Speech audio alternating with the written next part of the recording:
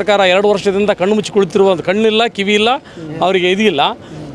ತಾವು ಮಾತ್ರ ಮೂಢ ಹಗರಣ, ವಾಲ್ಮೀಕಿ ಹಗರಣ, 187 ಕೋಟಿ ಎಲ್ಲ ಅಲ್ಪಸಂಖ್ಯಾತರದ್ದು ಉಳಿದಿಲ್ಲ, ಹಿಂದುಳಿದ ವರ್ಗದ SC ST ಉಳಿದಿಲ್ಲ, ಎಲ್ಲದರಲ್ಲಿ ಹಗರಣ ಮತ್ತು ತಮ್ಮದು ಮೂಢ ಹಗರಣ ಎಲ್ಲವೂ ಹಗರಣ ಮಾಡಿದ್ದಾರೆ. ಆದರೆ ಇಲ್ಲಿ ಕಷ್ಟಪಟ್ಟು ಕಣ್ಣಿಗೆ ಎಣ್ಣೆ ಬಿಡ್ಕೊಂಡು ದುಡಿಯುವಂಥ ಕಾರ್ಮಿಕ ವರ್ಗರು KSRTC ಅವರ ವೇತನ, ಅರಿಯರ್ಸು, ಅವ್ರ ಮಕ್ಕಳ ಭವಿಷ್ಯ, ಅವರ ಸಂಸಾರ ಎಲ್ಲ ಬಿಟ್ಟು ಕರ್ತವ್ಯದಲ್ಲಿ ನಿರತರಾಗಿ ಇಂಥವ್ರದ್ದು ಸರಿಯಾದ ರೀತಿಯಿಂದ ಅವ್ರಿಗೆ ನ್ಯಾಯ ಕೊಡದೆ ತಮ್ಮ ಹಗರಣಗಳನ್ನು ತಾವು ಮಾಡ್ಕೊಂಡು ರಾಜಾರೋಷವಾಗಿ ರಾಜಕಾರಣ ಮಾಡ್ಕೊಂತ ಐಷಾರಾಮಿ ಕಾರಲ್ಲಿ ಬಂಗಲೆಯಲ್ಲಿ ವಾಸ ಮಾಡ್ತಾರೆ. ಬಟ್ ಇಲ್ಲಿ ಬಿಸಿಲಲ್ಲಿ ಇಂಜಲಲ್ಲಿ ಈಟಲ್ಲಿ ಕುಂತ್ಕೊಂಡು ರಾತ್ರಿ ಹಗಲಿ ನಿದ್ದೆ ಇಲ್ಲದ, ನೀರಳಿಕೆ ಇಲ್ಲದ, ಊಟ ಇಲ್ಲದೇ ಕಾರ್ಮಿಕರು KSRTC ಸಿಬ್ಬಂದಿಗಳು ದುಡಿಯೋದನ್ನ ಅವ್ರಿಗೆ ಕಣ್ಣು ಕಾಣಿಸಲ್ಲ. ಎರಡನೇದು, ಅವ್ರು ಕಣ್ಣು ಮುಚ್ಚಿದಾಗ ಇವ್ರು ಏನಾದರೂ ಒಂದು 2 ಸೆಕೆಂಡ್ ಕಣ್ಣು ಮುಚ್ಚಿದ್ರೆ ಇವ್ರು ನಂಬಿರೋಂಥ 60-70 ಪ್ರಯಾಣಿಕರ ಜೀವನ ಎಲ್ಲ ಇವ್ರ ಕೈಲಿರುತ್ತೆ. ಇವರು ನಿದ್ದೆಗೆಟ್ಟು ದುಡಿಬೇಕು, ಸರ್ಕಾರಕ್ಕೆ ಇನ್ನು ಆದಾಯ ಬರುತ್ತೆ. ಆದರೆ ಅವ್ರಿಗೆ ಕೊಡೋ ನ್ಯಾಯ ಮಾತ್ರ ಯಾವುದು ಅರಣ್ಯ ರೋದನ ಆ ರೀತಿ ಆಗಿದೆ ಸರ್. ಈ ಮುಖಾಂತರ ಸರ್ಕಾರಕ್ಕಾಗಲಿ ಕೆಲವು ಅಧಿಕಾರಿಗಳು, ವಿರೋಧ ಪಕ್ಷಗಳು ಇದ್ದಾರೆ. ಈಗ ಸರ್ಕಾರ ಏನು ಮಾಡ್ತಾರೆ, ವಿರೋಧ ಪಕ್ಷ ಮಾತಾಡಲೇಬೇಕು ವಿಚಾರದಲ್ಲಿ. ಅವ್ರಿಗೇನು ಹೇಳ್ತೀರಾ ನೀವು? ಸರ್, ವಿರೋಧ ಪಕ್ಷಕ್ಕೇನಾದರೆ ಸರ್ಕಾರ ಮುಖ್ಯಮಂತ್ರಿ ಆದರೆ ವಿರೋಧ ಪಕ್ಷದ ನಾಯಕರು ಸೂಪರ್ ಮುಖ್ಯಮಂತ್ರಿ ಅವ್ರಿಗೆ ಅಷ್ಟು ಪವರ್ ಇರುತ್ತೆ. ಇವ್ರು ಕಿವಿ ಹಿಂಡಿ ಇವ್ರು ಏನು ಮಾಡೋ ಅನ್ಯಾಯ, ಅಕ್ರಮಗಳು, ಹಗರಣಗಳನ್ನು ಇವ್ರು ಮಾಡೋ ನ್ಯೂನತೆಗಳನ್ನು ಕಿವಿ ಹಿಂಡಿ ಸರ್ಕಾರದ ಜನರ ಕಣ್ಣು ತೆಗೆಸುವಂಥ ಕೆಲಸ ಮಾಡುವಂಥ ಪವಿತ್ರವಾದ ಕೆಲಸ ಯಾವುದು ವಿರೋಧ ಪಕ್ಷದ ನಾಯಕರದು. ಈ ವಿರೋಧ ಪಕ್ಷದೂ ಇಲ್ಲ, ಆಡಳಿತ ಪಕ್ಷವೂ ಇಲ್ಲ, ಎಲ್ಲ ಸರ್ವನಾಶ ಆಗಿದೆ ಒಂದು ರೀತಿಯ ಲೆಕ್ಕ ನೋಡಿದ್ರೆ. ಇದು ಕರ್ನಾಟಕದ ದೌರ್ಭಾಗ್ಯ, ಎಲ್ಲರ ದೌರ್ಭಾಗ್ಯ. ಎಲ್ಲ ಬಿಟ್ಟಿ ಭಾಗ್ಯಗಳನ್ನು ಕೊಟ್ಟಿದಾರಲ್ಲ ಅದೆಲ್ಲದೂ ಸುಳ್ಳು. ಯಾವ ಬಿಟ್ಟಿ ಭಾಗ್ಯ ಅವ್ರ ಮನೆಯಿಂದ ಕೊಡೋಲ್ಲ. ರಾಜ್ಯ ಸರ್ಕಾರದ ಜನರ ತೆರಿಗೆ ಹಣದಿಂದ ಬರ್ತಕ್ಕಂಥ ದುಡ್ಡನ್ನ ಪ್ರಾಮಾಣಿಕವಾಗಿ ದುಡಿಯುವಂಥ ವರ್ಗಕ್ಕೆ ಸಿಗಬೇಕು. ಅವ್ರ ಬೆವರಿನ ಪಾಲು ಅವ್ರಿಗೆ ಕೊಡಬೇಕು. ಆ ಬೆವರಿನ ಪಾಲು ಇಲ್ಲ, ಯಾವುದಿಲ್ಲ. ತಮ್ಮ ಪಾಲು ಮಾತ್ರ ತಾವು ಶಾಶ್ವತವಾಗಿ ತೊಗೊತಾರೆ, ಹಗರಣ ಮಾಡ್ತಾರೆ. ತಮ್ಮ ಆಸ್ತಿಗಳು, ತಮ್ಮ 3 ಮಕ್ಕಳು 3 ಪೀಳಿಗೆ 4 ಪೀಳಿಗೆ ಹಾಕಿ ಕುಂತು ತಿನ್ನುವಷ್ಟು ದುಡ್ಡು ತಿಂತಾರೆ. ಆದರೆ ಇಲ್ಲಿ ದುಡಿಯೋ ವರ್ಗಕ್ಕೆ ಇಲ್ಲಿ ಯಾವ ನ್ಯಾಯನೂ ಇಲ್ಲ, ಯಾವ ಇದೂ ಇಲ್ಲ. ಹಾಗಾಗಿ ಯಾವುದೇ ತಕ್ಷಣ ಇಂಥ ದುಡಿಯೋ ವರ್ಗಕ್ಕೆ ಫಸ್ಟು ಅವ್ರಿಗೇನು ಅವ್ರಿಗೇನು ಅವಶ್ಯಕತೆಗಳಿದಾವ ಅವ್ರಿಗೆ ನ್ಯಾಯ ಕೊಡುವಂಥ ಕೆಲಸ ಪ್ರಾಮಾಣಿಕವಾದ ಸರ್ಕಾರ ಮತ್ತು ಅದಂಥ ವ್ಯಕ್ತಿ ಬರಬೇಕು. ಬರೀ ಸರ್ಕಾರ ಅಂತಲ್ಲ, ವ್ಯಕ್ತಿ ಅಂತವ್ರು ಬರಬೇಕು. ವ್ಯಕ್ತಿ ಅಂತ ಬಂದಾಗ ಮಾತ್ರ ಈ ವ್ಯವಸ್ಥೆ ಸರಿಪಡಿಸ್ಲಿಕ್ಕೆ ಸಾಧ್ಯ ಆಗುತ್ತೆ. ವ್ಯಕ್ತಿಯಿಂದ ಸರ್ಕಾರಕ್ಕೆ ಕಿವಿಯಿಂದ ಕೆಲಸ ಮಾಡಿ ಪ್ರಾಮಾಣಿಕವಾದಂಥ ವ್ಯಕ್ತಿಗಳು ಬಂದು ಸೀಟಲ್ಲಿ ಕೂತ್ರೆ ಖಂಡಿತವಾಗಿ ಇವ್ರಿಗೆ ಎಲ್ಲರಿಗೂ ನ್ಯಾಯ ಸಿಗುತ್ತೆ, ಕರ್ನಾಟಕಕ್ಕೂ ಒಳ್ಳೆಯದಾಗುತ್ತೆ. ಸರ್, 7ನೇ ತಾರೀಕು ಮುಂದೂಡಿದ್ದಾರೆ.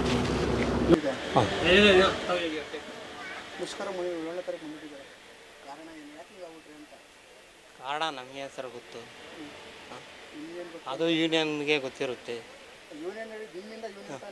ನಮ್ಮಿಂದನೇ ಯೂನಿಯನ್ ಇರುತ್ತೆ.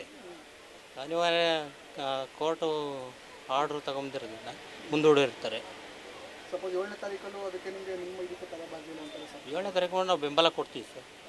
ಇಲ್ಲಂದರೆ ಬೆಂಬಲ ಕೊಡ್ತೀವಿ. ಇವತ್ತು ಕಾನೂನು ತಲೆಬಾಗಿದ್ದೀವಿ. 7ನೇ ತಾರೀಕೆ ನಾವು ನಮ್ಮ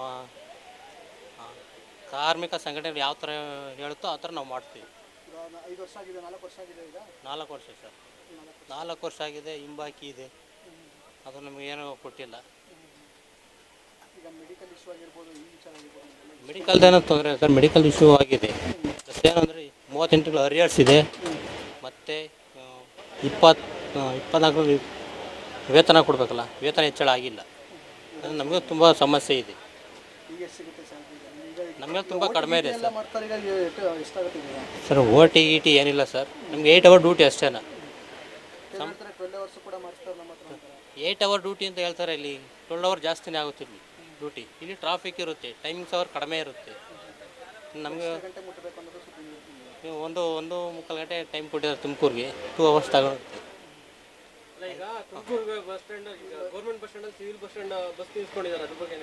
ಸರ್, ಅದ್ರ ಬಗ್ಗೆ ನಮಗೆ ಗೊತ್ತಿಲ್ಲ ಸರ್. ಅದು ಸರ್ಕಾರದ ಲೆವೆಲೇ ಇದೆ. ನಿಮ್ಮ ಯೂನಿಯನ್ ಮತ್ತು ನಿಮ್ಮ ಅಧಿಕಾರಿಗಳು ಹೇಳ್ತಾರೆ, ಈಗ ನಿಗಮದ ಮಂಡಳಿ ಅಧ್ಯಕ್ಷರುಗಳು ಆದರೆ ಸರ್ ನಮಗೂ ಮಾಹಿತಿ ಗೊತ್ತಿಲ್ಲ. ಏನು ಹೇಳ್ತಾರೆ ಅನ್ನೋದು ನಮಗೆ ಮಾಹಿತಿ ಗೊತ್ತಿಲ್ಲ. ಆಯಿತಾ ಸರ್, ನನ್ನ ಹೆಸರು ನರಸಪ್ಪ ಅಂತೇಳಿ ನಾನು ಬೀದರಿಂದ ಬಂದೀನಿ. ಇವತ್ತು ಎಲ್ಲ ಬಸ್ ಸಾರಿಗೆ ವ್ಯವಸ್ಥೆ ಎಲ್ಲ ಅಸ್ತವ್ಯಸ್ತ ಇರೋದರಿಂದ ಸಾರ್ವಜನಿಕರಿಗೆ ತೊಂದರೆ ಆಗ್ತಿದೆ. ನಾಡಿನ ಮುಖ್ಯಮಂತ್ರಿಗಳು ಹಾಗೂ ರಾಜ್ಯದ ಸಾರಿಗೆ ಸಚಿವ ರಾಮಲಿಂಗಾರೆಡ್ಡಿ ಸರ್ ಅವರು ಇವ್ರದ್ದು KSRTC ಅವರ ನ್ಯಾಯಯುತವಾದ ಬೇಡಿಕೆಗಳನ್ನು ಕೂಡಲೇ ಈಡೇರಿಸಬೇಕು. ಇವ್ರದ್ದು ಹೇಗಿದೆ ಇವ್ರದ್ದು ಡ್ಯೂಟಿ ಅಂದರೆ ರಾತ್ರಿ ಅಂತಿಲ್ಲ, ಹಗಲಂತೇಳೇನಿಲ್ಲ, ನ್ಯಾಯಯುತವಂಥ ಬೇಡಿಕೆ ಇದೆ. ಯಾವಾಗ ಫೋನ್ ಬರ್ತೋ ಡಿಪೋ ಮ್ಯಾನೇಜರ್ ಅವಾಗ ಇವ್ರು ಹೋಗಬೇಕಾಗುತ್ತೆ. ಇವ್ರ ದುಡಿಮೆಗೆ ಅವ್ರ ಸ್ಯಾಲ್ರಿ ಏನು ಅಷ್ಟು ದೊಡ್ಡ ಸ್ಯಾಲ್ರಿ ಇಲ್ಲ. ಅದಕ್ಕೆ ಇವ್ರ ವೇತನ ಇವರು ಏನು ಬೇಡಿಕೆಗಳಿದೆ ರಾಜ್ಯ ಸರ್ಕಾರದ ಮುಖ್ಯಮಂತ್ರಿಗಳು ಹಾಗೂ ರಾಮಲಿಂಗ ರೆಡ್ಡಿ ಸರ್ ಅವರು ಈಡೇರಿಸಬೇಕು.